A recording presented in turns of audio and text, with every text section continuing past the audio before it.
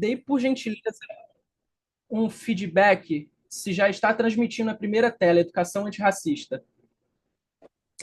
Por aqui tá. Está transmitindo? Eu vou passar aqui rapidinho. Introdução, Lélia Gonzalez. Perfeito. Então, o que nós faremos nesse encontro? De certa forma, a gente vai pensar e refletir um pouco alguns conceitos centrais, gerais, que são necessários para a construção de uma educação antirracista, a partir de um outro conceito que é muito importante, que inclusive já foi abordado anteriormente, que é o letramento racial. E de onde é que parte esse conceito de letramento racial? Bom, de certa forma, todos nós somos letrados e alfabetizados para entender e dar sentido na realidade. E esse processo ele ocorre prioritariamente via linguagem, a partir do campo da linguagem, e Fanon é quem vai discutir isso de uma forma extremamente acentuada. E quando eu falo linguagem, eu não estou me referindo especificamente à fala ou à escrita, mas a todas as possibilidades que nós temos de comunicação que tecemos, seja ela oral, seja escrita, seja por intermédio da teologia, cultura, vestimenta, arte, culinária, enfim, todas as possibilidades que nós temos de nos comunicar com o outro, consigo mesmos e prioritariamente com o ambiente. Ou seja, se nós estamos também falando de uma sociedade onde o racismo ele é, de certa forma, o que estrutura a sociedade, portanto, ele é produto e produtor de todo o tecido social, então a forma como nós somos alfabetizados e letrados a entender e dar sentido à realidade também perpassa pelo colonialismo, também perpassa pelo racismo. E, nesse sentido, se a linguagem ela é um campo político, produtor e reprodutor de tensões históricas, ideológicas, como, por exemplo, o racismo, o patriarcado com o machismo, o sexismo, diversas outras estruturas de poder, ou seja, é um campo de disputas que produz e reproduz discursos, inversamente, ela também pode se alterar essa lógica, ou seja, se tornar um artifício e um campo de subversão e, especificamente, de corrosão ao racismo. É o que a gente vai pensar enquanto um conceito que é trazido para o Brasil a partir de Lia Schuckman, que é uma tradução de um outro conceito de uma antropóloga estadunidense, que é o de letramento racial. E, bom, como uma contextualização inicial, para que vocês, de certa forma, entendam um pouquinho dos porquês que me trazem aqui, eu irei perpassar alguns momentos importantes da minha vida, justamente para que a gente tenha um processo de aproximação com a temática e também com a minha trajetória corporal, histórica e política. E o primeiro ponto que a gente vai perpassar é que antes dos 10 anos eu tinha o sonho de ser cientista, concomitantemente a um desempenho educacional até que relativamente acima da média, se comparado às crianças da minha idade. E mais do que esse sonho de ser cientista, eu me recordo que quando eu tinha, por exemplo, um presente eletrônico ou um brinquedo, eu tinha o seguinte ritual de desmontar, de remontar, para a partir desse processo entender como cada componente, como cada peça funcionava de forma absolutamente sinérgica. Eu tinha uma inquietude muito grande de não saber como as coisas funcionavam. E eu tinha um prazer muito maior saber como aqueles brinquedos ou aquelas peças funcionavam perfeitamente em sua completude. No entanto, apesar desse desempenho educacional, desse gosto pelo estudo, e pelas aspirações científicas, ainda antes dos 10 anos, eu fui uma das milhões de crianças, sobretudo negras, de periferia vítima do trabalho infantil.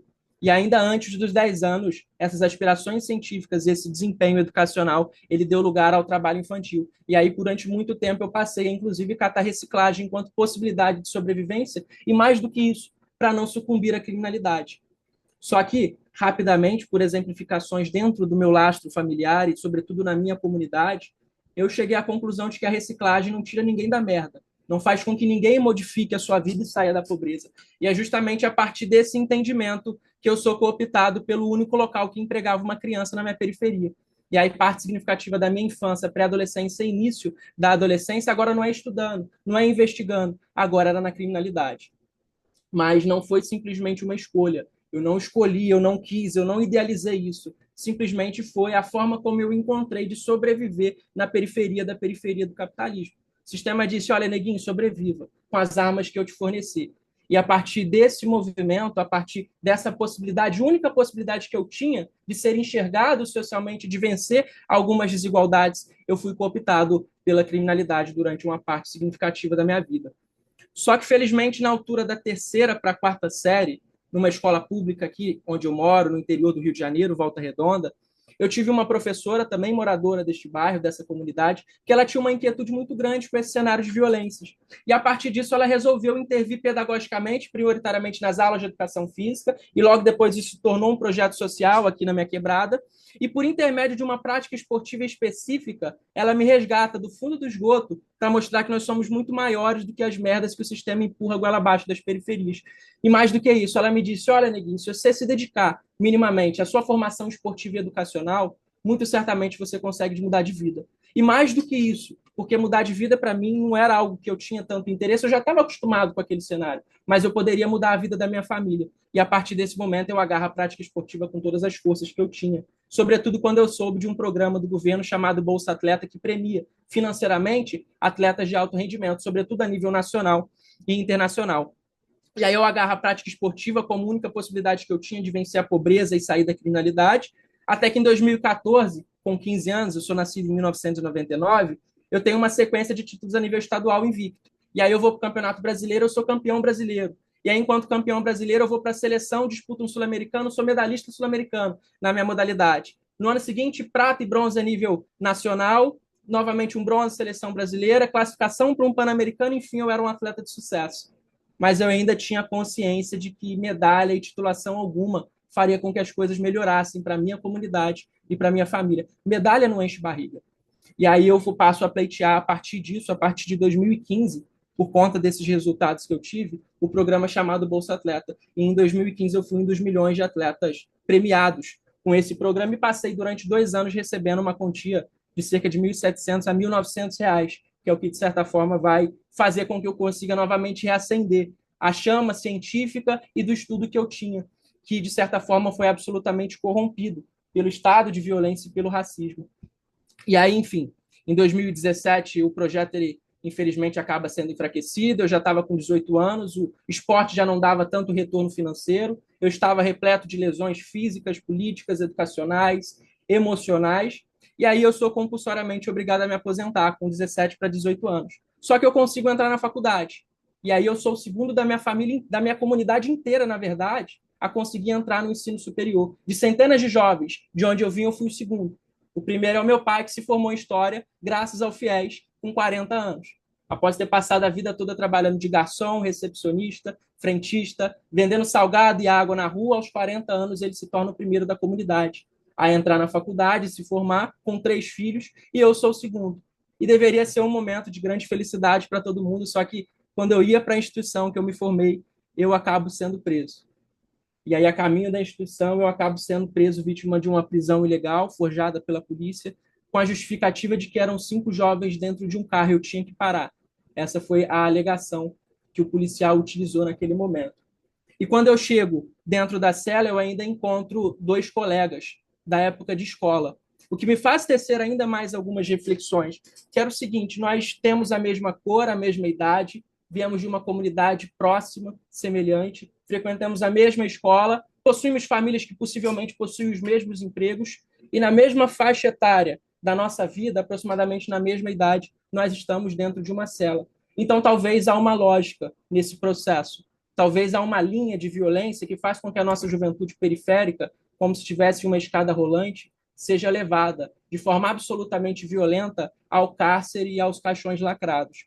E aí, a partir do momento em que eu saio da cela, ainda em 2017, alguns dias depois, eu começo a tecer um processo investigativo, reflexivo, filosófico, antropológico, para entender os porquês que fizeram com que em 18 anos eu tivesse tido uma vida tão violenta, passando pela reciclagem, passando pela criminalidade, passando pelo cárcere, passando pelo esporte de alto rendimento, que também é extremamente violento, sobretudo na infância e adolescência, culminando em abril do ano passado, quando eu descubro que eu tenho um transtorno bipolar, que eu nunca tive a possibilidade de ter trabalhado em uma tentativa de suicídio. E aí, a compreensão dos porquês que fizeram com que minha vida, em apenas 18 anos, fosse tão violenta, ela não vem por intermédio de um playboy branco que fala engraçado que mora na Europa ou nos Estados Unidos. Ela vem a partir da cultura hip-hop. É a partir da cultura hip-hop, da sabedoria afrodiaspórica, da sabedoria indígena que eu passei a consumir, que eu consigo chegar à compreensão de que a mão que segura o chicote não é invisível. Senão, por exemplo, saúde e educação não seriam um comércio. E de que a minha vida ela só foi tão conturbada e violenta dessa forma porque o sistema ele foi projetado para ser assim. O Brasil é uma arquitetura de ódio, horror extremamente bem sucedida. Então, a gente não deve tratar e compreender, por exemplo, como se fosse transgressão, anomalia e irracionalidade, as violências sofridas por povos e populações socialmente minoritárias. Não é um desvio, não é uma falta de conduta. É assim porque esse país foi projetado para ser assim. Homofóbico, machista, racista, transfóbico. É um país que odeia a mulher, que odeia o LGBT, que odeia o negro, o indígena, que odeia a educação e a saúde pública. Então, a minha vida ela foi violenta dessa forma, assim como a vida de grande parte da população brasileira, porque o Brasil ele foi estruturado, pensado para ser dessa forma. Portanto, não é um desfio, é a própria regra, é a racionalidade deste país. E é justamente por conta disso que hoje o antirracismo e a luta contra qualquer forma de opressão e supressão da vida é minha luta para a vida. Para que os meus filhos e filhas, quando eu vir a ter, caso eu venha a ter, para que todo menino e menina de comunidade, de quebrada negro, assim como eu, não precise passar pelas mesmas merdas e violências que eu precisei passar e que, inclusive, me credenciam para estar aqui hoje e estar hoje palestrando dentro da minha cidade e estado e hoje a nível nacional. E de início, enquanto uma primeira autora que eu chamo para a gente pensar um pouquinho esses cenários de discussões, eu convoco a grande Lélia Gonzalez, e ela é uma grande referência não apenas para a gente pensar a questão da racialidade, da construção da corporeidade do sujeito negro e do racismo, mas porque ela vai pensar esse processo também de forma a um conceito que é muito trabalhado por ela, que é a interseccionalidade, ou seja, como a dimensão racial se dialoga interseccionalmente, por exemplo, ao patriarcado. Ou seja, mais do que pensar o que é um corpo negro feminino, ou seja, ela vai pensar essas lógicas interseccionais. Não à toa ela é uma grande referência para a gente entender, por exemplo, o que é um movimento de feminismo negro latino-americano. Então, ela é uma referência fundamental. E aí ela tem uma entrevista em 1988 que é muito emblemática, que ela vai dizer o seguinte: a gente não nasce negro, a gente se torna negro. É uma conquista dura, cruel, que se desenvolve pela vida da gente afora. Aí entra a questão da identidade que você vai construindo. Essa identidade negra não é uma coisa pronta, acabada. Então, para mim, uma pessoa negra que tem consciência da sua negritude está na luta contra o racismo. As outras são mulatas, marrons, pardas, etc. E diante dessa passagem, eu queria destacar um momento muito importante, que ela vai dizer o seguinte, que ser negro é uma construção política. Isso é um fato. Mas a gente não vai entrar nesse escopo de discussão, a não ser que vocês questionem no decorrer. Mas a questão central que eu quero trazer é o seguinte, que ela vai dizer que ser negro é uma conquista dura e cruel que se desenvolve pela vida da gente afora, o que vai corroborar com os outros autores que nós apresentaremos ao longo dessa 1 hora e pouquinho. Então, diante disso, eu quero convocar vocês também para abrir o microfone, para escrever, enfim. Quando ela diz o seguinte, que ser negro é uma conquista, é algo, um torna-se negro, não é algo que vem a priori, é um torna-se negro. O que acontece? Quase que impreterivelmente a partir da violência, a partir do susto, eu queria saber um pouquinho o que vocês conseguem entender disso. Quando ela diz que ser negro é uma conquista que acontece quase que impreterivelmente a partir do susto. Quem é que pode ajudar, por gentileza? Abrir aqui meu microfone. Eu acho que esse momento eu consigo falar porque na minha vida aconteceu um lance mais ou menos assim, né? Eu fui a primeira de toda a minha família, de várias gerações, a fazer uma faculdade, né? Então, eu me formei em serviço social. Foi nesse processo de formação que eu me descobri, né, negra, entendeu?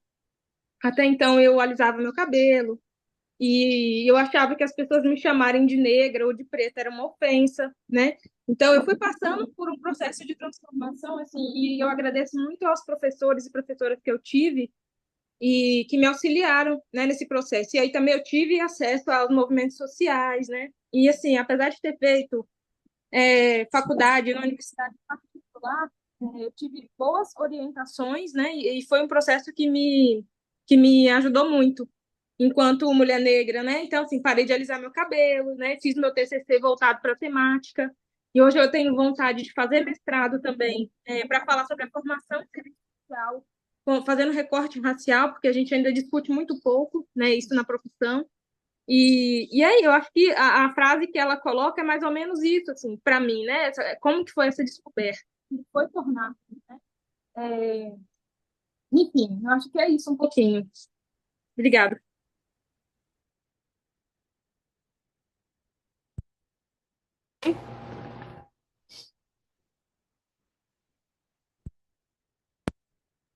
o caminho mesmo. Quando ela e outros autores eles vão convergir dizendo que ser negro é uma conquista, e mais do que isso é um torna-se, é o que Lélia Gonzalez vai pontuar, é o que Neuza, que nós veremos futuramente, é o que Fanon vai pontuar, é por esse caminho. E esse descobrir-se quase que impreterivelmente a partir da violência, ele passa justamente por conta da violência racial, que começa, por exemplo, dentro de um ambiente educacional, como você bem pontuou, por exemplo, a partir do bullying. E é justamente a partir desse susto, dessa violência, que a gente passa a ter uns status que é o seguinte: porra, talvez eu não seja uma criança como qualquer outra. Talvez eu tenha alguma diferença. Que diferença é essa? E aí eu resgato agora algumas outras memórias minhas para poder ilustrar um pouquinho essas discussões, que antes dos 10 anos, os meus pais eles tinham dois grandes ensinamentos para mim. Um deles era: meu filho, você está saindo de casa, carrega a identidade. Eu estava jogando bola no portão de casa com a identidade no bolso. Eu ia para a escola com a identidade no bolso. Eu ia para a prática esportiva com a identidade no bolso, na raqueteira, na mochila, enfim. Antes dos 10 anos de casa, eu sempre saía com a identidade no bolso. Eu tirei a identidade com cerca de 3, 4 anos. Extremamente precoce. E um outro ensinamento que eles tinham era: meu filho comprou alguma coisa, pega a nota fiscal. E eu não fazia a menor ideia do porquê que uma criança de 10 anos precisava sair com identidade e precisava pegar a nota fiscal que fosse de um pirulito que fosse comprar na venda da frente. Até que, ainda antes dos 10 anos, eu fui entender o porquê disso. Eu fui na porta de casa, basicamente, na padaria, comprei 2,75 de pão. Me lembro perfeitamente. Quando eu saía, o filho do dono, um homem branco, me segurou pelo braço. E aí eu não entendi o porquê e perguntei: por que eu não posso sair? Porque você está roubando. E aí, antes dos 10 anos, eu fui acusado de roubar a padaria quase que na porta de casa. Por muito pouco, inclusive, muito possivelmente, haja vista que neste país conservador e preconceituoso, bandido bom é bandido morto, por muito pouco, antes dos 10 anos, eu não fui linchado no meio da rua, acusado de furtar algo que eu havia comprado. E aí eu fui entender o porquê que os meus pais, meu pai, um homem branco, quase que transparente, mas com certo letramento racial, e minha mãe, uma mulher preta, retinta, com certo letramento racial a partir das experiências empíricas, por que eles me ensinavam isso? Que a minha nota fiscal ela servia como se fosse uma carta de alforria. O que era a carta de alforria? Num processo de abolição da escravatura, ou quando o escravizado ele era liberto da escravatura, ele recebia uma carta, uma certidão, que dizia o seguinte: agora você é um homem ou uma mulher livre, livre para viver nas mazelas desse país. Isso era a carta de alforria. A minha nota fiscal naquele momento ela foi a minha carta de alforria. E a minha identidade servia para dizer que eu não era um indigente. Eu era um neguinho qualquer, igual todo mundo pensava, até talvez fosse. Para o colonialismo e para aquela cabeça colonizada que me segurou, eu era. No entanto, eu era um corpo identificável. Eu era filho do Paulinho, da Dona Maria, que morava ali na frente. Então, mínimas satisfações as pessoas precisavam dar aos meus pais. Então, foi a partir desse momento que eu, de certa forma, conquistei algo que eu já sondava, que eu já suspeitava, que era a minha negritude. Que eu passei a me entender algo que eu já sondava, que era o seguinte: eu não sou uma criança igual a qualquer outra. Eu sou uma criança negra. Eu sou uma criança de periferia. E é muito importante a gente entender esse processo também, porque quando a gente começa a se aprofundar nos estudos sobre as questões étnico-raciais, a gente vai ver que muitos desses autores eles vão pensar o seguinte: que o sujeito negro ele tem dois nascimentos, partindo desse ideal. Um é quando ele vem ao mundo.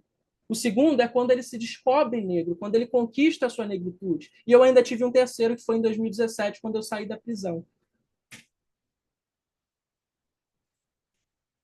E uma outra autora que é muito importante para a gente pensar essas questões é Neuza de Santos Souza, e ela tem uma obra que é extremamente importante, que é essa obra Torna-se Negro, que deveria ser uma obra de cabeceira para todo mundo, que ela vai dizer o seguinte: que ser negro é ser violentado de forma constante, contínua e cruel, sem pausa ou repouso, por uma dupla injunção: a de encarnar o corpo e os ideais do ego do sujeito branco, e a de recusar, negar e anular a presença do corpo negro. E aí, diante disso, eu quero convocar novamente para o debate, para a discussão, e tentar entender, então, o que é essa dupla injunção que ela aponta. O que é a dupla injunção? Quem consegue me ajudar, por gentileza?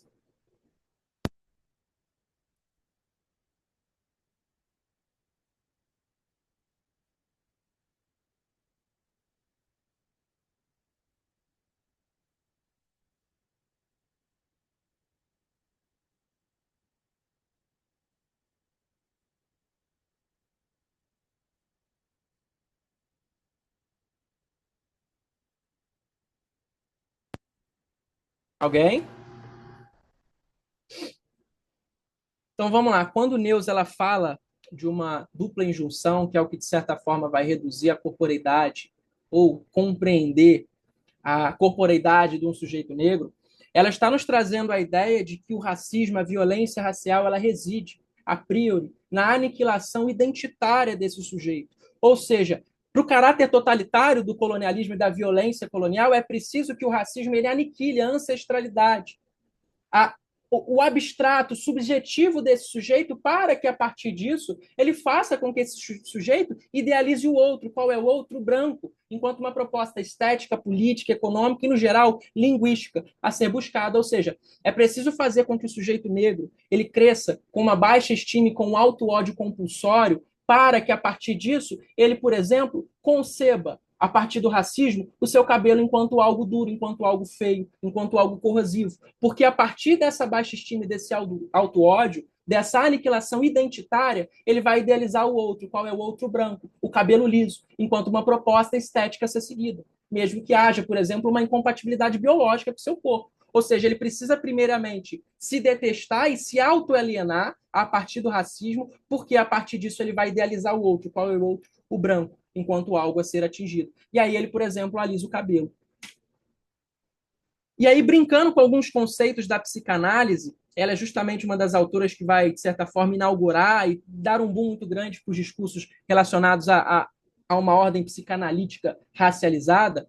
E aí, pensando nesses conceitos, ela vai trabalhar com um conceito que é muito importante nessa obra, que é o ideal de ego, como uma instância que estrutura o sujeito psíquico vinculando a lei à ordem.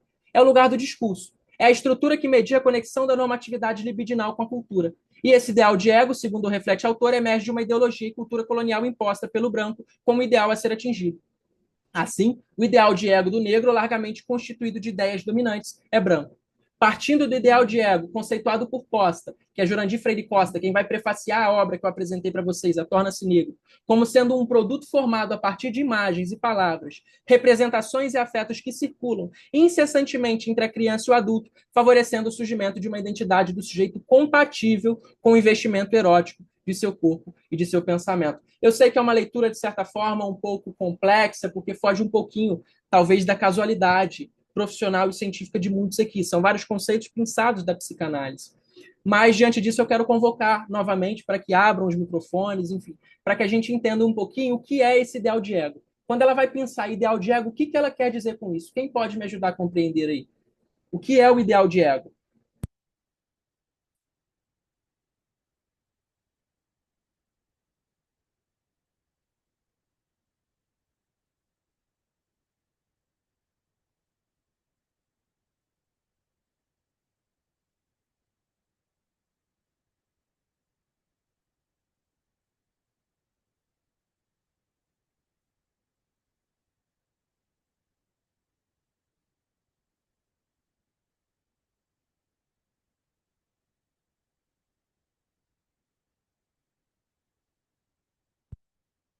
Tentar?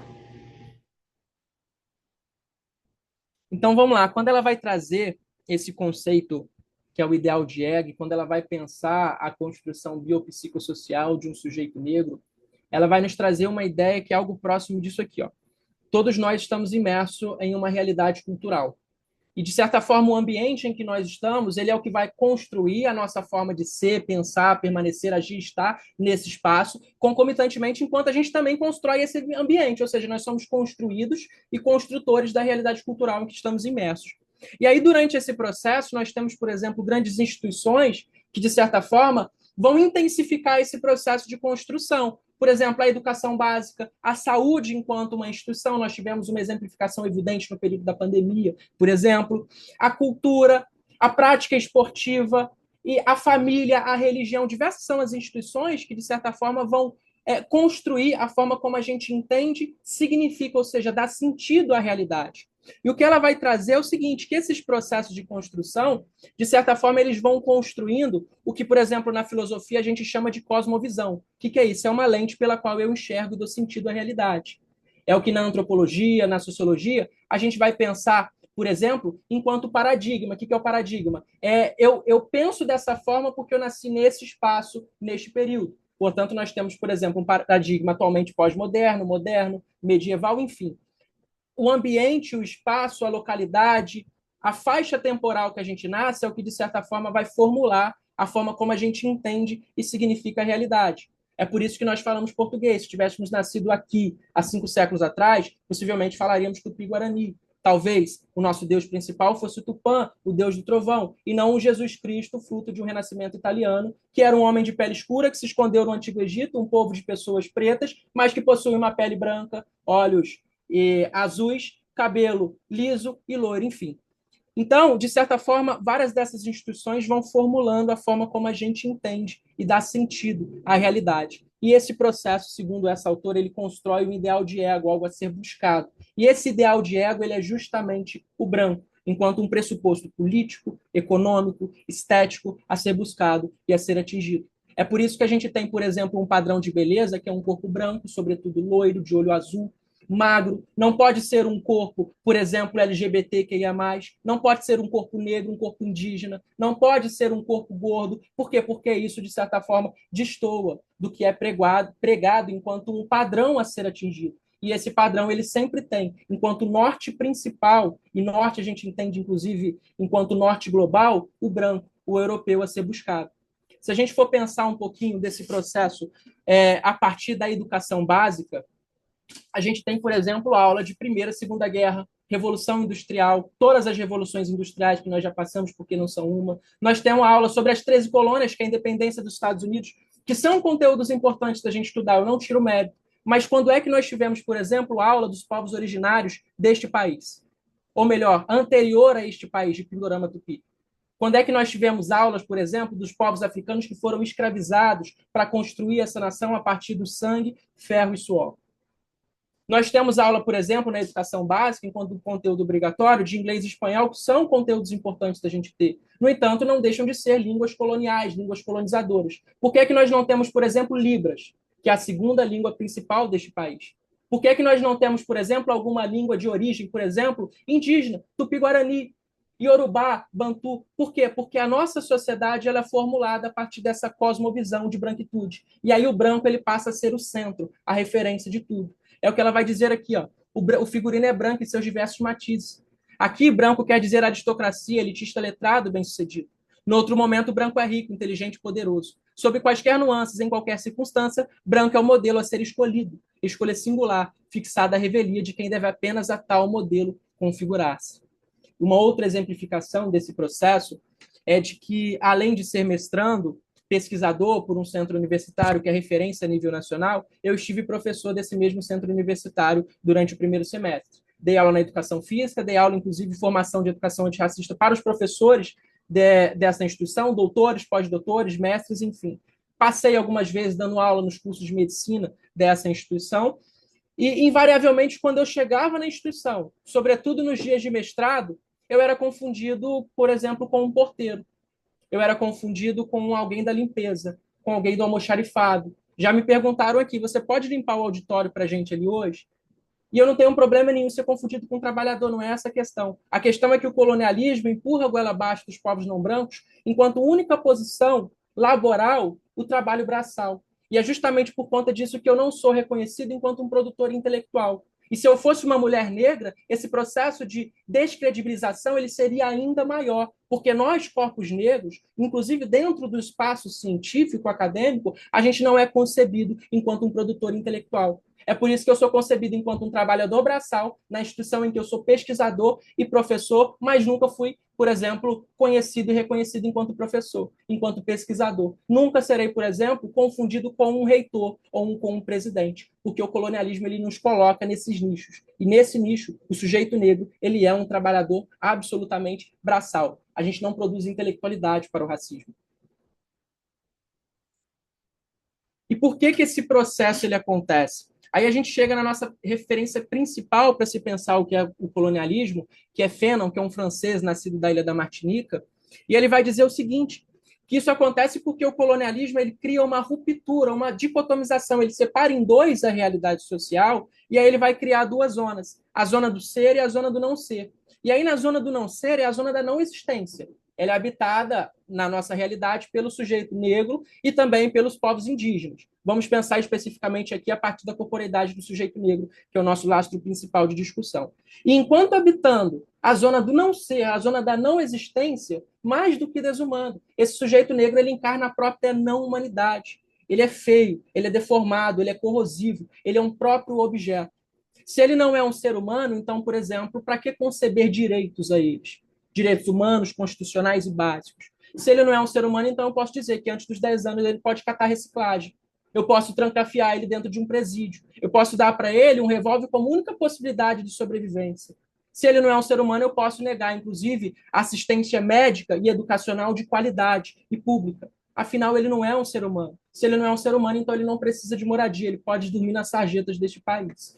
Afinal, ele encarna a própria não humanidade. E aí, Fanon vai dizer que do outro lado dessa zona é a zona do ser, é a zona da não existência. O que é essa zona?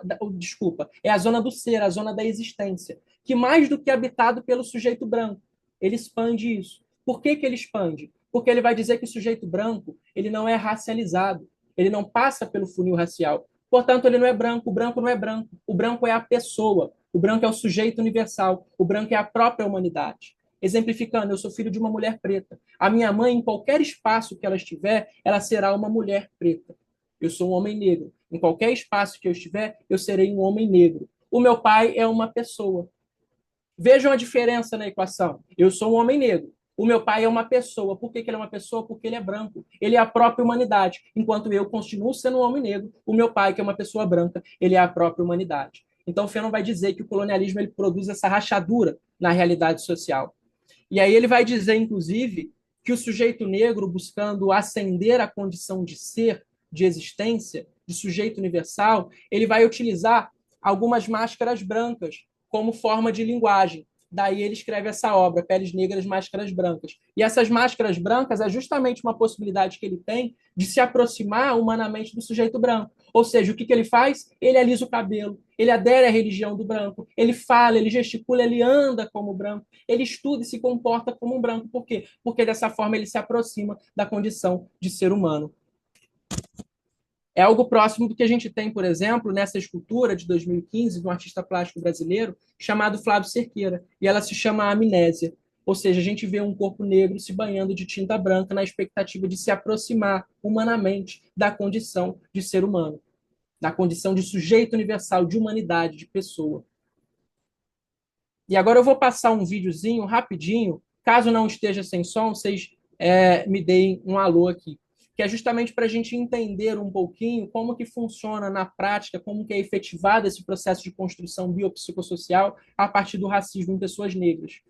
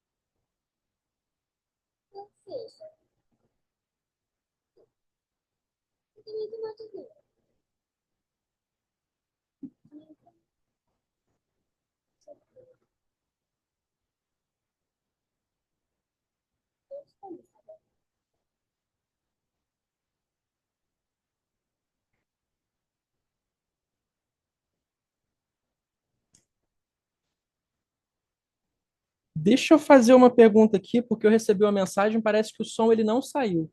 O vídeo estava com som para vocês? Bem baixinho. Ah, Tava bem baixinho. bem baixinho. Beleza, mas então acho que conseguiram entender o vídeo pelo menos a partir disso. Uhum. Beleza.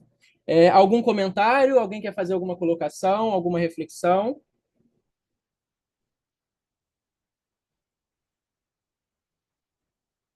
Eu vou encaminhar o vídeo já já no chat também, para caso alguém queira assistir novamente. Então, percebam o quão complexo e o quão corrosivo é a construção do sujeito negro a partir do racismo, onde as crianças elas identificam a partir de um objeto, a partir de uma boneca que é negra, a própria corrosão, a própria depravação, a burrice, a feiura, e a partir disso elas inclusive se identificam também enquanto um corpo negro, ou seja, elas identificam algo negativo na boneca que se parece com elas. Imaginem o quão complexo é esse processo de construção da corporeidade e da subjetividade desse sujeito negro. Nesse sentido, a violência física marca, aprisiona, mutila e mata ou deixa viver. Mas a dimensão linguística da violência é o que imprime na alma suas marcas, ou talvez imprima a própria alma, naturalizando e legitimando a violência e a estrutura opressora. Desse modo, salienta-se que para se estabelecer a luta anticolonial é preciso a descolonização das mentes, o que possibilitaria, inclusive, enfrentar a compreensão do racismo como um comportamento expresso nas relações individuais para uma estrutura social que fundamenta e retifica o pensamento colonial. Isso aqui é fundamental. A gente, infelizmente, ainda tem por costume ter uma compreensão superficial e rasteira de senso comum, e aí o senso comum ele se torna um problema para a gente, que é de conceber o racismo enquanto algo prescrito nas ações individuais do sujeito.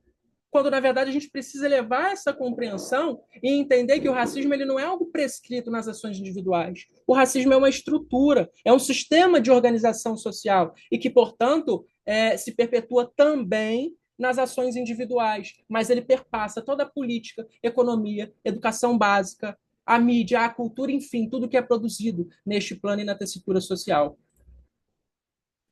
E um outro autor que é muito importante para a gente entender um pouquinho dessas dinâmicas é Nego Bispo, que é uma liderança quilombola. Fisicamente, ele nos deixou no final do ano passado, mas ele tem uma contribuição extremamente incomensurável para a gente entender um pouquinho dessas dinâmicas.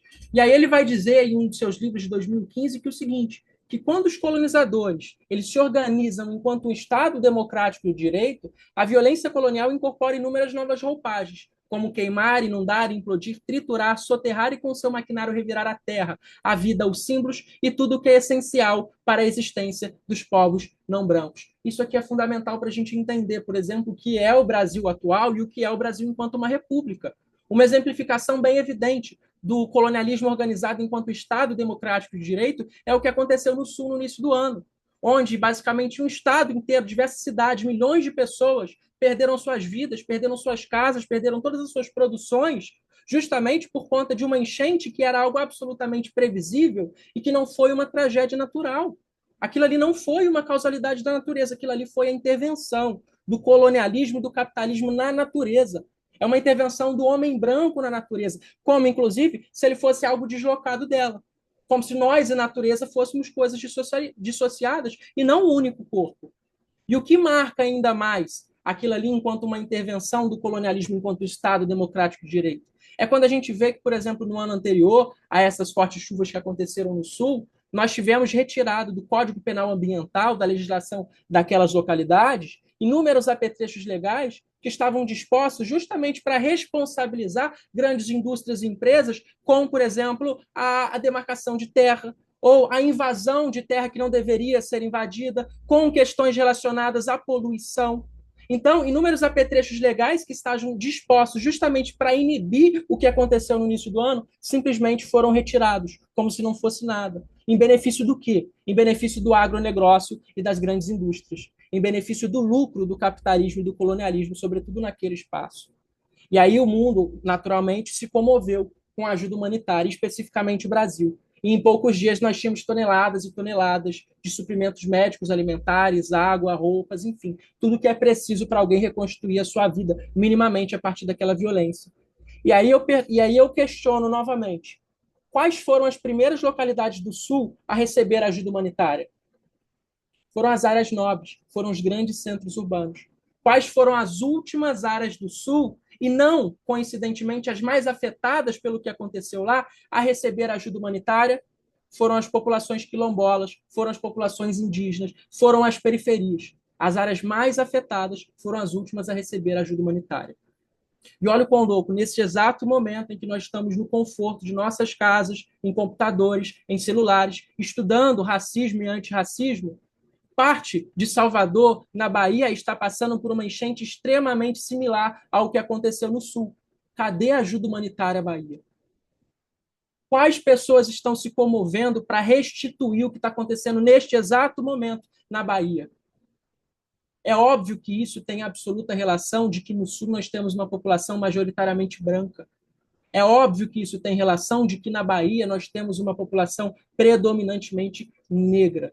E é justamente isso que faz uma população, um povo, um Estado ser digno de ajuda humanitária e de repercussão na mídia e o outro não. Isso é o colonialismo organizado enquanto Estado democrático de direito.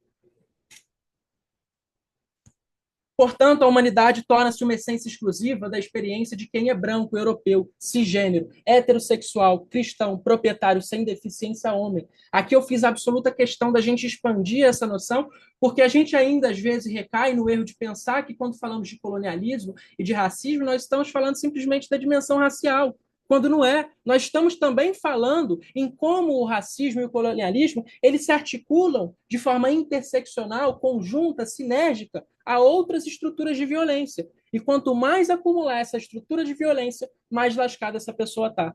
Ou seja, se já é muito complexo para mim ser um homem negro de periferia em um país que mata um jovem negro a cada 23 minutos, o quão complexo deve ser uma mulher negra, onde você tem uma outra injunção de violência, que é o patriarcado, lascando com a vida dessa pessoa.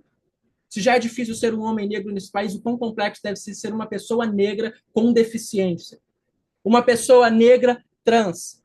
Uma pessoa negra trans gorda. O quão complexo deve ser quando a gente passa a acumular essas estruturas de violência. Vamos fazer um teste rapidinho? Por gentileza, eu não consigo minimizar a tela, então eu vou pedir auxílio de alguém para pesquisar para mim. A expectativa de vida da população brasileira hoje está na casa de 70 anos. 75, mais ou menos. Nós tivemos uma queda extremamente vertiginosa no período da pandemia, mas está batendo na casa dos 70. Procurem para mim, por gentileza, qual é a expectativa de vida da população trans brasileira. Por gentileza, alguém traz esse dado para a gente. Expectativa de vida da população trans brasileira.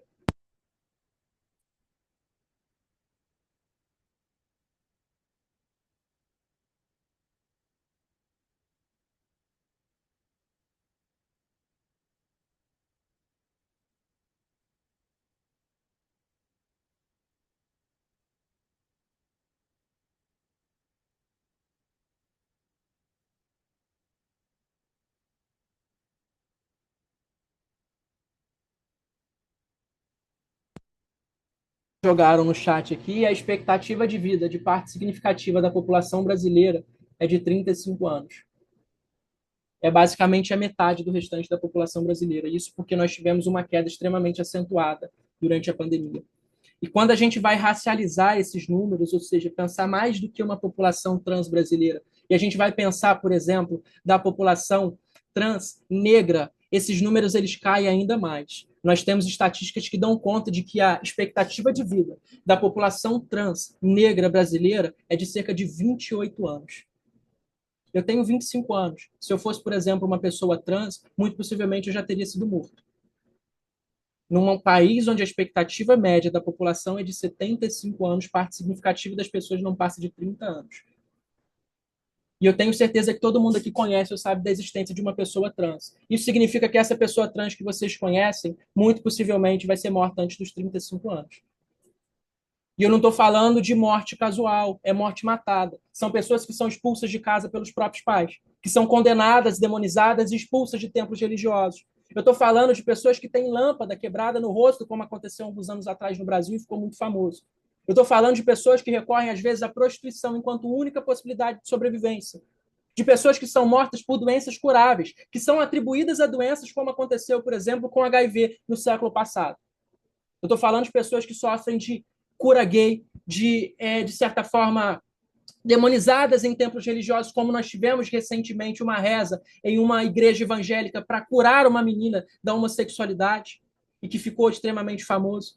Eu estou falando de pessoas que são espancadas, estupradas, empaladas, vivas, simplesmente porque tem uma diferença diferente do que, de certa forma, o colonialismo ele vai pregar enquanto sendo a normalidade, que é um corpo branco, que é um corpo masculino, que é um corpo heteronormativo, que é um corpo cisgênero. Isso significa também que, por exemplo, o jovem negro que vocês conhecem, segundo as estatísticas, ele pode ser assassinado daqui a 23 minutos. E eu estou falando do irmão, do filho, do amigo, talvez até da pessoa que esteja apresentando esse encontro para vocês. Um que já foi preso, vocês já acabaram de conhecer. Isso significa que a mulher que vocês conhecem, a mulher que você é, a mãe, a irmã, a tia, a prima, a filha, muito possivelmente já passou, e se não passou, não conseguiu identificar, e se não passou e se não identificou, ainda infelizmente vai passar até ao longo da sua vida por um caso de assédio sexual, que acontece inclusive no ambiente acadêmico, no ambiente escolar, e mais precisamente quando sai na rua. E se não passou é porque às vezes não conseguiu identificar ou não se deu conta. Isso significa, por exemplo, também que essa mulher que a gente conhece, que às vezes está presente aqui, muito possivelmente, talvez 20% das presentes nesse momento, algumas delas passou por um quadro de abuso sexual ao longo de sua vida. E que, infelizmente, se não passou, pode ser que vai passar até o final da sua vida. Isso são estatísticas. Inevitavelmente são estatísticas. Aqui eu vou trazer um outro vídeo para a gente entender um pouquinho dessas dinâmicas, de que às vezes algumas questões passam absolutamente desapercebidas pela gente e a gente não se dá conta, mas que são, na verdade, um estado de violência por completo. E que quando a gente racializa, a gente tem uma violência ainda mais acentuada. Caso esteja saindo sem som, me deem um alô aqui, por gentileza. Qual foi a pior coisa que uma mulher já te fez? Me traiu, né? Traição. Eu também traí também. Não existe nada ruim que nenhuma mulher me fez. Só fizeram coisas boas. Por traição. Qual foi a pior coisa que uma mulher já te fez? Te deixar deficiente não. Porra, tem tantos abusos sexual. Foi me violentar sexualmente. Agressão. Eu vejo menos de 20% do olho direito. Nada assim, tipo, sei lá, que você acha que teria sido ruim? Não, porque todas as mulheres que eu tive só me fizeram bem. Quebrava tudo que estava em volta, quebrava perto de mim, tipo, como se fosse tacar em mim. Ana Rick, mas está vivendo. Eu vivi. A última agressão foi na frente dos meus 3 filhos. Daí invadiu minha casa, pegou meu celular. Fiquei 2 anos sem ver minhas filhas. Eu estive em medida protetiva. Porque ele alegava que eu era louca. Eu só deixei de ser louca o dia que as minhas filhas falaram para a juíza: o meu pai bate na minha mãe. Eles acham que tem o direito de matar a gente, é muito sinistro. Eu já cheguei na frente do juiz desorientada, pedindo socorro. Por isso eu tomei uma posição na minha vida, que eu iria estudar direito para poder tentar me defender, para tentar cuidar de mim. Se for uma mulher de condição financeira de baixa renda, o sistema ignora. Quer dar um recado para uma mulher que está assistindo esse vídeo e que está passando por algo que você já passou? Não aceite. Denuncie o mais rápido possível. Saia, porque pode piorar. Se puder sair dessa o mais rápido possível também. Quais são os primeiros sinais? E escutar realmente quem está de fora. Quem está de fora enxerga melhor do que a gente quando está dentro de um relacionamento abusivo. Tenho consciência do poder que cada mulher carrega dentro de si e que nós somos muito mais e podemos muito mais.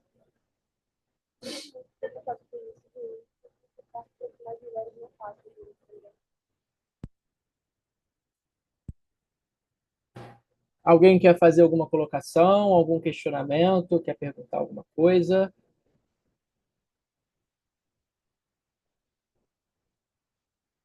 E percebam que às vezes são coisas extremamente sutis e que a gente nem se dá conta de que isso faz parte de um ciclo de violência.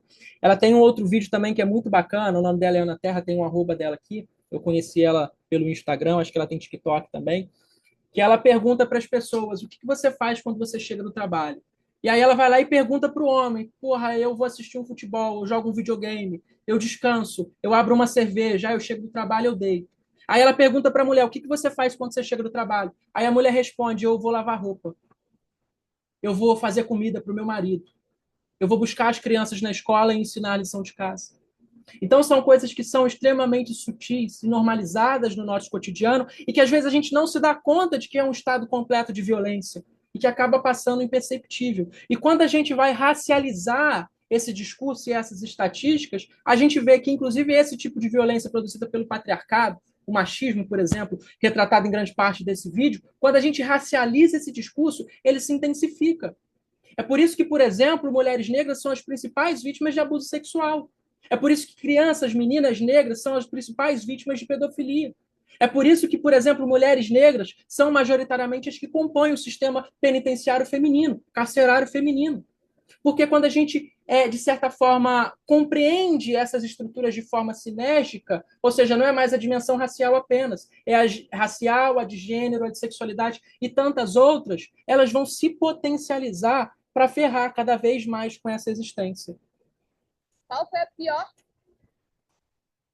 Enfim, eu sei que é um processo, de certa forma, um pouco angustiante para grande parte das pessoas, inclusive quando a gente envolve relatos específicos de violência, mas é extremamente importante que, mais do que a gente trazer números, trazer ideias, que a gente traga histórias, que a gente traga cara, que a gente traga cor, que a gente traga orientação em posição sexual. É muito importante que a gente dê nome a essas estatísticas para que a gente seja compreendido mais do que com um número, mas com uma pessoa que possui uma humanidade, negada pelo colonialismo, mas que possui uma humanidade a priori.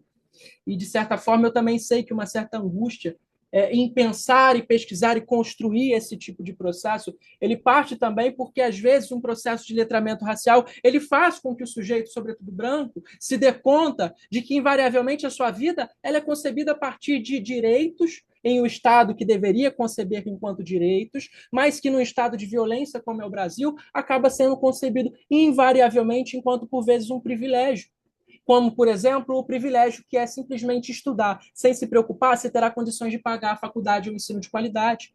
O privilégio que é, por exemplo, às vezes no meu caso, cursar a merda de um mestrado, por mais que eu rale absurdamente para isso. O privilégio que às vezes é ter um teto sobre a sua casa. O privilégio que é receber ajuda humanitária. O privilégio que é, por exemplo, estar em um estado como o Estado palestino, que na verdade é absolutamente colonizado e destruído por israelenses. Qual é o privilégio, neste caso? É o privilégio de destinar a humanidade. E é isso que, por exemplo, Israel faz em Palestina. Ele nega a humanidade daquele povo. Então, às vezes, direitos fundamentais acabam sendo convertidos em privilégio quando a gente racializa esse discurso, quando a gente atribui, por exemplo, um gênero, uma sexualidade, uma nacionalidade a essa pessoa. E o processo de construção de uma educação antirracista, ele questiona isso. E ele é extremamente importante por conta disso. Não é paz e amor. Se alguém acha que um processo de construção de uma educação antirracista é paz e amor, está completamente errado. A gente se utiliza, inclusive, de um conceito muito importante, que é de Paulo Freire, que é a justa raiva. É preciso que a gente, a partir de um processo de letramento racial, construa uma justa raiva que faça com que a gente se estremeça contra todo e qualquer tipo e estado de violência. É preciso que a gente sinta justa raiva quando a gente vê, por exemplo, que um negro é morto a cada 23 minutos neste país. É preciso que a gente sinta uma justa raiva e canalize essa raiva para a luta quando a gente se depara que milhares de crianças estão sendo, nesse exato momento, exterminadas e na faixa de Gaza e em diversas outras localidades da Palestina. É preciso que a gente sinta uma absoluta raiva quando a gente se depara com as mulheres que, a partir de muita luta, até foi possibilitado e conquistado o direito ao trabalho, mas sem abdicar das funções de doméstica imposta pelo patriarcado, pelo colonialismo, enfim. Assim é a educação antirracista. Ela nutre, acolhe, instrui, mas ataca feito azagaia. Educar para a diversidade, para o antirracismo, não é comodismo por acolhimento e amor. É também desconforto e raiva, porque questiona a ordem social, feridas incuráveis do deletério, a mendicância e a morte. É preciso, então, que o ato de educar acolha a justa raiva e proporcione a inquietude e o estremecer dos indivíduos contra as injustiças, o desamor, a exploração e a violência. E a partir desse momento eu finalizo as minhas falas, eu agradeço imensamente por esse encontro e eu abro também para o debate, para discussões, para perguntas, enfim. Sintam-se absolutamente à vontade para fazer qualquer tipo de interferência nesse momento.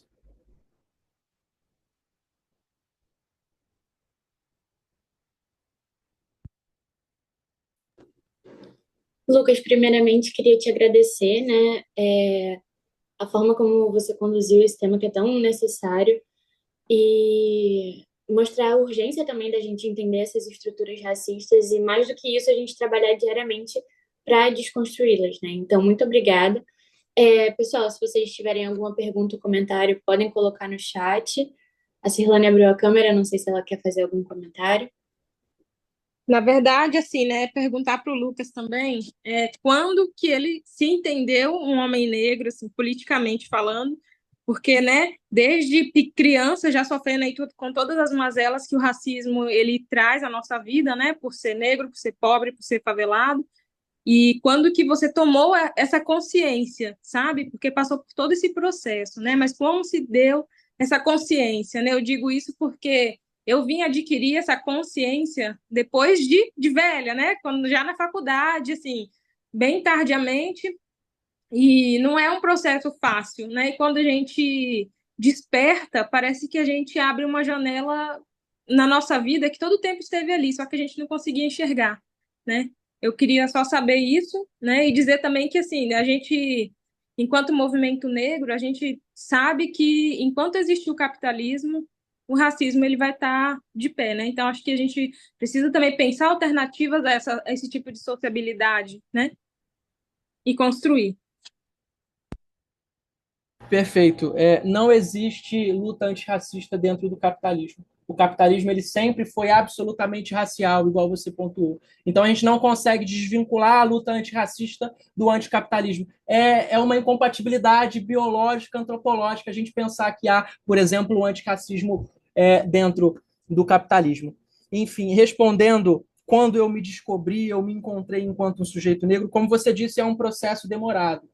Não é uma conquista que vem simplesmente do nada, é uma conquista que, a partir de um processo histórico fundamentado, a partir das suas experiências, e aí, vez ou outra, nós temos a possibilidade de dar sentido, significado às experiências que a gente vai passando.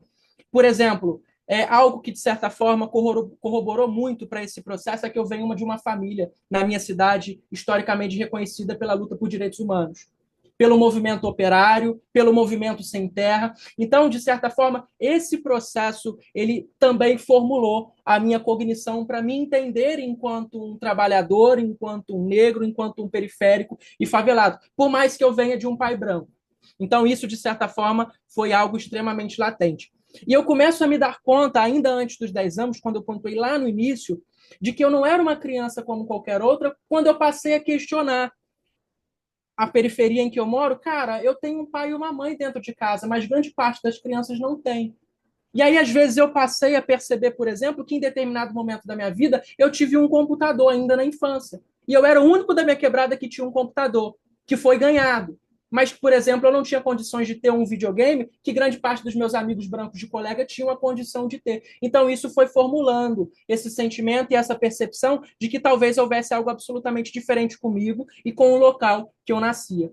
E aí, junto disso, eu passava a observar, eu ficava brincando o dia todo na rua. Os meus pais, eles foram sempre acometidos por uma jornada de trabalho extremamente extenuante. Eu via eles quando eles me levavam para a escola, às vezes nem isso. Eu passava o dia na rua e sendo cuidado pelas minhas avós, e só viam os meus pais quando eles me davam um beijo de boa noite antes de dormir, exceto, por vezes, no final de semana. E quando eu passava esse tempo na rua, eu também me dava conta disso, de que a polícia ela era muito mais rígida com as pessoas negras da minha quebrada. E de que quando eu saía do portão de casa, eu era constantemente violentado e violado. Eu percebia que a polícia ficava olhando. Eu moro numa servidão, na subida de um morro, que ela ficava, de certa forma, olhando o tempo todo a servidão. Eu percebia quando eu entrava no supermercado que eu era perseguido. Eu percebia quando eu estava na rua que as pessoas trocavam de calçada, colocavam a mão no bolso, seguravam a bolsa. Então eu percebia que havia algo diferente. E aí, o que foi dar sentido a esse processo é que eu tive um primo que me apresentou, ainda antes dos 10 anos, também a cultura hip hop. E aí, a partir da cultura hip hop, eu fui evidenciando que todo esse lastro de violência que eu vinha passando havia um sentido. E aí a cultura hip hop é o que fez dar sentido e fez que eu me entendesse que toda essa violência que eu passava era justamente uma violência porque eu era um corpo negro. Então, a minha consciência de negritude ela vem prioritariamente a partir do momento em que eu descubro a cultura hip hop dando sentido a todas essas violências que eu vinha sofrer. E aí nós temos um ponto extremamente marcante, que é quando eu sou acusado de roubo na padaria perto de casa, que eu mencionei lá no início. Aquilo ali, de certa forma, foi um grande divisor de águas, porque fez com que tudo isso fizesse ainda mais sentido. Então, eu acho que é basicamente isso.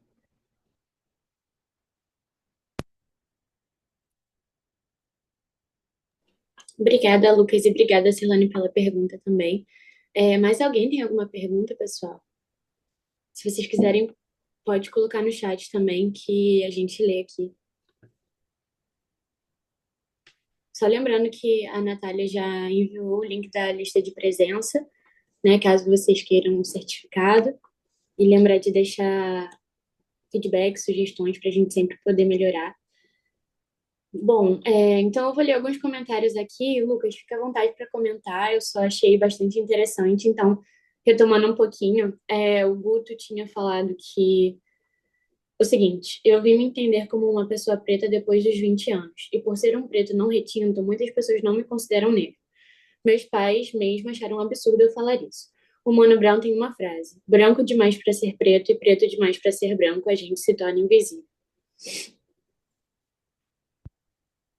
Uma pontuação quanto a essa questão, porque o que ele traz é algo extremamente importante, porque ao longo da minha vida, eu também sempre me vi, de certa forma, branco demais para ser negro e negro demais para ser branco, por ser filho de uma mulher preta com um homem branco quase que transparente. Então, eu fiquei nesse meio termo. E justamente a falta de uma formação de um letramento racial durante parte da minha vida, ele causou muito dessa confusão. E essa confusão, ela é absolutamente originada a partir do racismo. E para a gente entender um pouco desse processo, dessa fundamentação, como foi colocado aqui, a gente precisa realizar um estudo histórico-antropológico do Brasil extremamente incisivo para entender que, de certa forma, alinhavada às ciências médicas, a eugenia social, ela foi um dos pilares fundamentais para a construção deste país. Não é à toa que, por exemplo, nós tivemos, sobretudo durante a virada do século XVIII para o XIX, mais ou menos, o XX também muito intensificadamente, a importação de imigrantes europeus, um pouco de imigrantes asiáticos para esse país, porque precisava se construir uma característica europeia neste país. E aí foi se trazendo não apenas pessoas de pele clara, mas também, de certa forma, culturas, religiões europeias, linguagens, e quando eu digo linguagem, não apenas a fala e escrita, mas toda forma de comunicação, no intuito de branquear essa população. Então, isso foi causando, inclusive, vários outros eufemismos. Moreno, preto, mulato, pardo, enfim, isso causou também uma grande confusão. E a gente tem também um outro ponto muito importante na história desse país, que é para a gente pensar esse processo, que é justamente a eugenia enquanto um pressuposto vital na construção desse país, e a eugenia que acontece a priori a partir da miscigenação, que se dá no período colonial a partir do estupro. Nós tínhamos, por exemplo, escravizados e escravizadas, negros indígenas que eram destinados absolutamente à serventia sexual e à reprodução, e isso, de certa forma, nos faz, inclusive, dizer que talvez o primeiro essencialmente brasileiro nascido nesse país seja fruto de um estupro de uma mulher indígena. Muito certamente a primeira pessoa que nasceu neste país foi fruto de um estupro. E esse processo ele causou, de certa forma, também um processo de branqueamento, que é o que vai, de certa forma, se consolidar depois na República enquanto uma proposta de Estado. Quando você nega, por exemplo, o negro, a humanidade, a partir do acesso à educação. Durante muito tempo, por exemplo, só podia votar quem fosse alfabetizado. Se o negro, por exemplo, o indígena, ele não foi alfabetizado a partir da linguagem colonial, então ele não tem direito a voto, então ele não tem direito à saúde, então ele não tem direito a qualquer tipo de serviço público. E aí, em 1929, nós temos uma outra questão que é muito importante, que é o primeiro Congresso Brasileiro de Eugenia, 1929, foi ontem isso, basicamente. E ele previa que em 2012 nós teríamos uma população de nenhum negro e nenhum indígena. Tamanho seria o processo de eugenia e de miscigenação, intensificado a partir do estupro, a partir da destruição dos processos de favelização, de destruição dos quilombos e de destruição de toda a ancestralidade negra. E aí isso também origina inúmeros eufemismos, negro, moreno, mulato. E aí, só para finalizar, para mim não alongar muito, nós temos uma fala muito importante do Abdias do Nascimento, que é um intelectual negro, e, se eu não me engano, o nome da obra é O Genocídio do Negro Brasileiro, em que ele vai dizer: um brasileiro é designado negro, moreno, mulato, pardo, cabra, mameluco ou qualquer outro eufemismo, sabe-se, portanto, que trata-se de um sujeito de cor, portanto, um sujeito negro. Então, não vamos perder tempo com nomenclaturas supérfluas. E isso foi, inclusive, o que o movimento negro ele fez no século passado, a partir de uma engenharia política muito grande, para unir a nomenclatura negros enquanto um conjunto de pretos e pardos, por entender que esses dois grandes grupos, estatisticamente, eles compõem o mesmo bolo do subemprego, da violência carcerária, da falta de possibilidade de acesso à educação e saúde, enfim. Então, no nosso país, negros é somatória de pretos e pardos, justamente reconhecendo todo esse percurso histórico. Muito obrigada, Lucas, pela colocação. A Emily Brito mencionou também a questão do racismo ambiental, que a gente vê muito. E falando um pouco sobre o vídeo da boneca, ela também disse que é a última criança que já interpretou a palavra negra como ofensiva, né? E porque para ela é deferido com malícia. Sobre esse vídeo também, a Lívia falou sobre o auto-ódio e a idealização do branco. E a Ariane colocou que é incrível como as crianças ficaram tristes quando perguntaram qual boneca se parecia com elas. Elas foram obrigadas a enfrentar a autoimagem que a maior parte das vezes elas tentam ignorar. É alarmante, marginalizadas pelas mesmas pessoas. Ah, isso sobre outro ponto, perdão.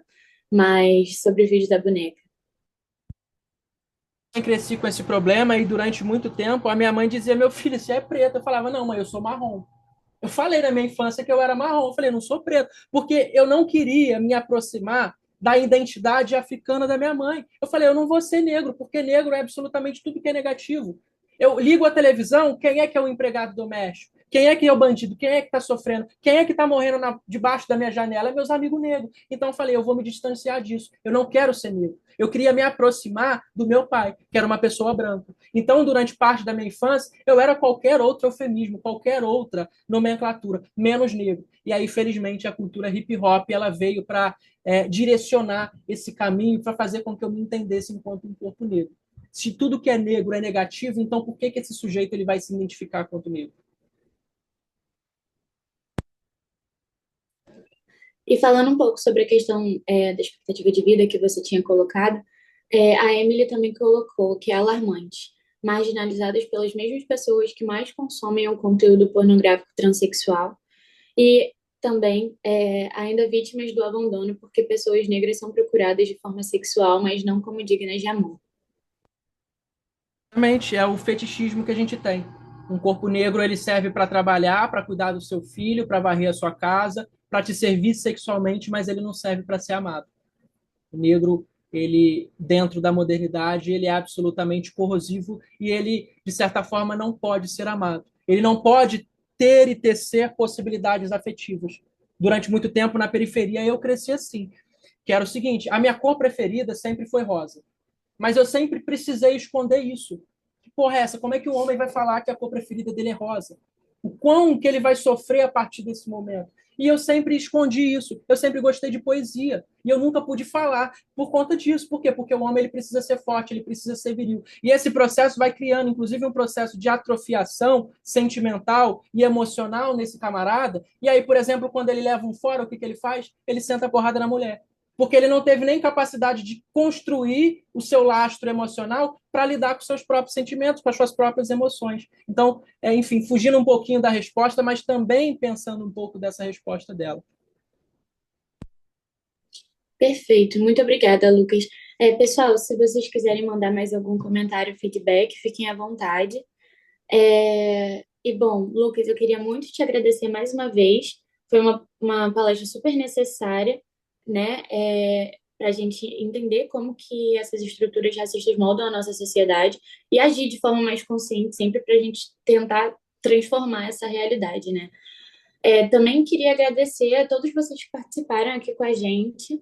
Lembrando que a lista de presença está no chat para quem quiser certificado e tudo mais. E é isso, pessoal. Mais uma vez, muito obrigada. A gente espera sempre ver vocês aqui nos nossos eventos. Se vocês quiserem seguir o Instagram da SFIB para ficarem por dentro dessas palestras e oportunidades. E é isso, Lucas. Se você quiser falar mais alguma coisa para a gente encerrar. Agradeço pela possibilidade, pela oportunidade. Eu espero que não seja um movimento único, que seja algo absolutamente crescente. Por exemplo, ao longo dos 11 meses do ano, a nossa agenda ela é extremamente vazia, e às vezes chega em novembro, você tem 2, 3 trabalhos por dia. Então, eu espero de coração que seja um movimento contínuo, para a gente, mais do que demarcar um mês da consciência negra, mas, de certa forma, um processo de construção de uma guerrilha epistêmica contra o racismo. Isso é extremamente importante. Eu deixo aqui também alguns dados para contato, caso tenham ficado com dúvida, caso eu não costumo postar muita coisa de trabalho nas minhas redes sociais, eu só posto foto de gato, basicamente, mas sintam-se absolutamente à vontade. Quiser convidar para algum outro encontro, e-mail, WhatsApp, Instagram também, sintam-se absolutamente à vontade. Enfim, só o recado que eu gostaria de deixar é que tudo que um moleque, um menino ou menina de quebrada precisa é de oportunidade e de alguém que acredite nele e nela. E eu espero que dentro desse espaço a gente tenha um pouco disso.